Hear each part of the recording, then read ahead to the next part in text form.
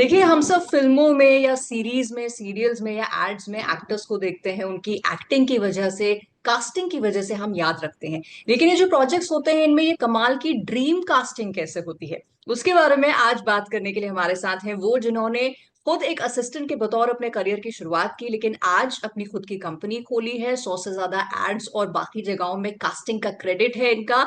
कशिश अरोड़ा से हम बात करेंगे, बट सबसे पहले कशिश, पंजाब केसरी नवोदय टाइम्स में बहुत बहुत स्वागत आपका।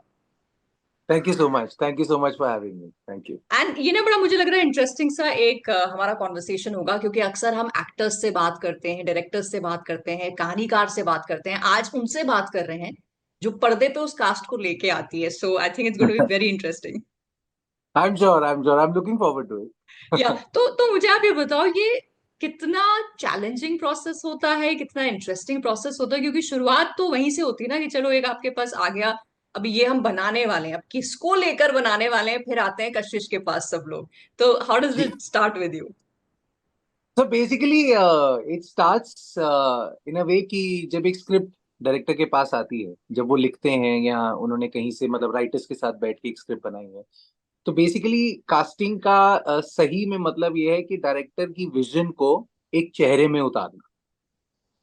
कि उनकी जो सोच है वो एक सोच है, बट वो इंसान का चेहरा फिक्स नहीं है, बस वो हाँ, कैरेक्टरिस्टिक्स हैं जैसे उन्होंने लिखा है उसको। वो हमारा काम होता है कि हम वो किस में ढूंढ के उनके सामने प्रेजेंट कर रहे हैं। Correct correct correct. तो वहां से कास्टिंग का प्रोसेस एक्चुअली शुरू होता है। सो बेसिकली डायरेक्टर राइटर के बाद सबसे पहले जो एचओडी ऑन बोर्ड आता है वो होता है कास्टिंग डायरेक्टर। करेक्ट एंड क्योंकि जब तक ऑल्सो, चेहरा नहीं होगा। हाँ यू सो राइट, क्योंकि कई बार जैसे हम बोलते हैं शहनशाह, तो हमें अमित जी आ जाते हैं दिमाग में। हम बोलेंगे बिल्कुल। भुवन, तो हमें लगान का भुवन कोई कहेगा, हमको आमिर साहब आ जाएंगे। आमिर। यू नो, बिल्कुल इनसे बिल्कुल। बादशाह ऑफ बॉलीवुड तो शाहरुख आ जाएंगे। शाहरुख लेकिन सर बिल्कुल। मैं आपसे ये जानना चाहती हूँ कि जो एक डायरेक्टर का विजन है कि भाई मुझे ऐसा ऐसा एक कलाकार चाहिए, ऐसा ऐसा उसका किरदार है, तो वो जी. किरदार को, उसकी कहानी को, उसका जो कैरेक्टरिस्टिक है, then how challenging is it कि वो उसके लिए आप एक परफेक्ट एक्टर या परफेक्ट कास्ट ढूंढते हैं, क्योंकि सिर्फ आप लीड कास्ट नहीं ला रहे ना, आप तो उस पूरे प्रोजेक्ट की कास्ट ला रहे हैं। जी बिल्कुल. सो बेसिकली हम बहुत ज्यादा कोशिश कर देखो, क्योंकि एग्जैक्टली exactly तो नहीं मिल सकता। जितना भी हम कोशिश कर ले, we go closer to it, and then eventually फिर वो वर्कशॉप्स करके एंड देन रिहर्सल्स करके we get into the feel of it, कि मतलब एक्टर को भी उस जोन में हम ले आए. But we correct. We literally look for those actors who are ready to give in also.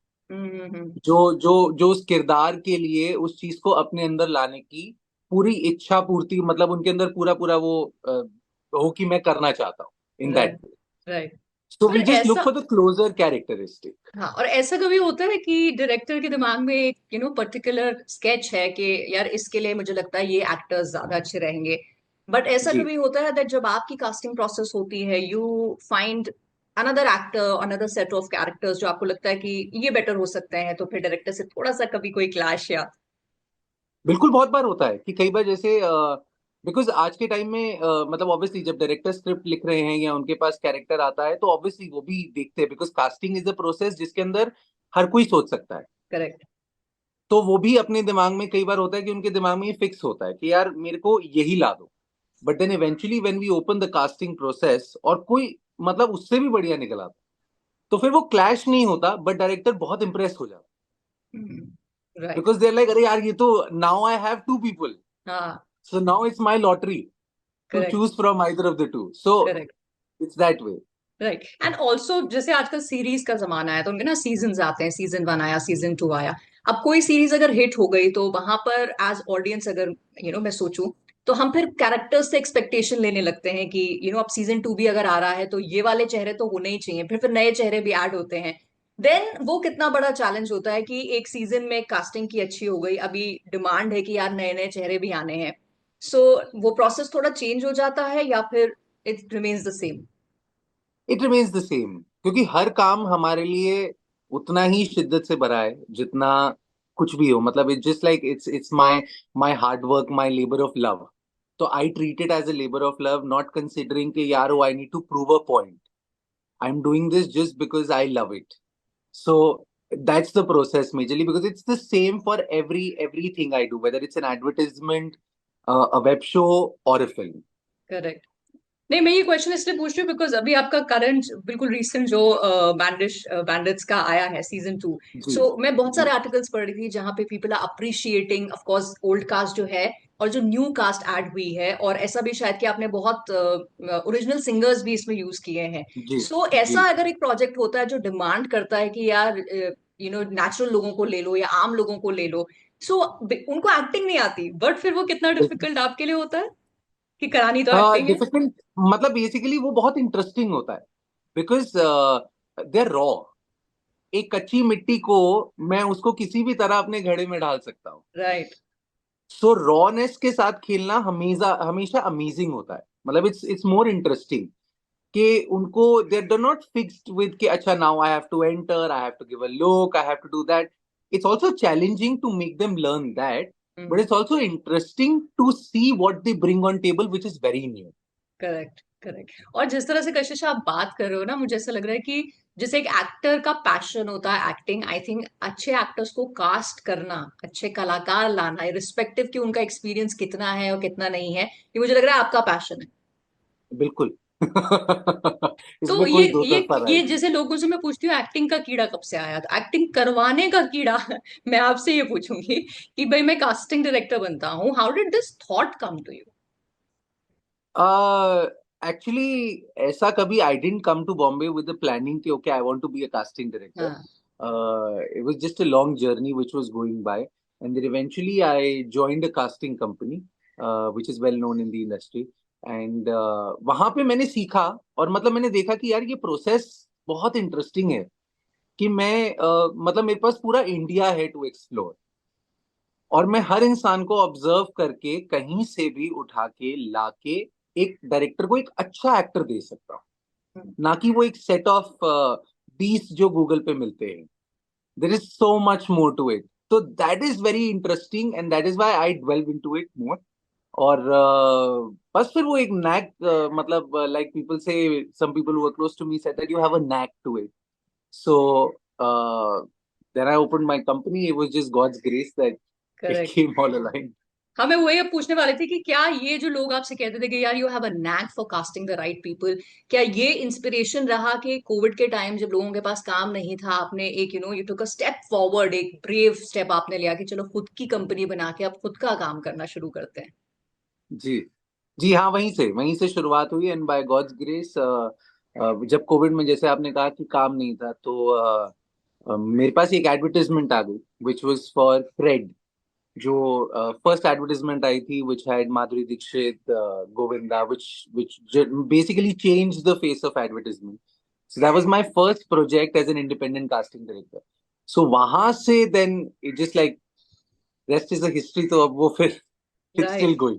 But यहाँ कशिश अक्सर ऐसी एक डिबेट होती है कि भाई जो बाहर के लोग आए हैं उनके लिए स्ट्रगल एक लंबा हो जाता है, then we meet somebody like a Kashish Arora जो खुद के दम पे अपनी एक कंपनी बना देते हैं। तो मैं आपसे जानना चाहती हूँ, अमृतसर से तुसी आए, अमृतसर से, जी और फिर दिल्ली गए, दिल्ली से फिर आप बॉम्बे आए, तो मैं भी एक स्मॉल होम टाउन को बिलोंग करती हूँ। तो जी मेरे लिए भी दिल्ली, दिल्ली से बॉम्बे का जर्नी एक कल्चरल डिफरेंस था बहुत ज्यादा। और ऐसे में बिल्कुल। अपनी एक जड़ बनाना, अपनी एक पहचान बनाना और फिर लोगों को अपनी पहचान के जरिए काम देना, आपकी जर्नी का थोड़ा मैं पूछना चाहती हूँ। जी तो बेसिकली ऑब्वियसली बहुत बड़ा शिफ्ट है, बिकॉज पहली बात तो स्मॉल टाउन दिल्ली भी नहीं, मतलब मैं तो अमृतसर का हूँ। हाँ। तो अमृतसर में तो फिल्म इंडस्ट्री इतना, it's not a very popular thing कि लोग करेक्ट। यूजुअली उसको करियर की तरह ले रहे हैं। But I was always inclined towards extra curricular. मैं अपने स्कूल में भी बहुत थिएटर किया है मैंने, पंजाब नाट्यशाला में परफॉर्म कर चुका हूँ। तो वहां से ही कहीं ना कहीं वो कीड़ा अंदर था कि एक ना एक दिन फिल्म इंडस्ट्री तो जाना है, हाँ। क्योंकि इसके अलावा कुछ आता नहीं है, करा ही यही है। तो दिल्ली में भी जब कॉलेज कर रहा था तब भी अपने कॉलेज की ड्रामेटिक सोसाइटी में मैं रहा हूँ 3 साल। तो वो फिर बिल्डअप होता गया धीरे धीरे, एंड इवेंचुअली 2017 में I decided that Bombay is the place I want to come here, and then I want to, like, I just want to start working because Bombay एक आपको ड्रीम देता है हम्म। फुलफिल करने के लिए, जो बहुत मुश्किल होता है, स्ट्रगल रहता है। ऐसा नहीं है कि मुझे शुरुआत में सब कुछ एक प्लेटर पे परोस के दे दिया गया था। मुझे भी काम करना पड़ा ऐसी ऐसी चीजों में, मतलब कि with less moneys and like just to figure it out for myself. Right. But then eventually जब मिलता है तो तुम उतने ही ग्रेटफुल और उतने ब्लेस्ड भी फील करते हो।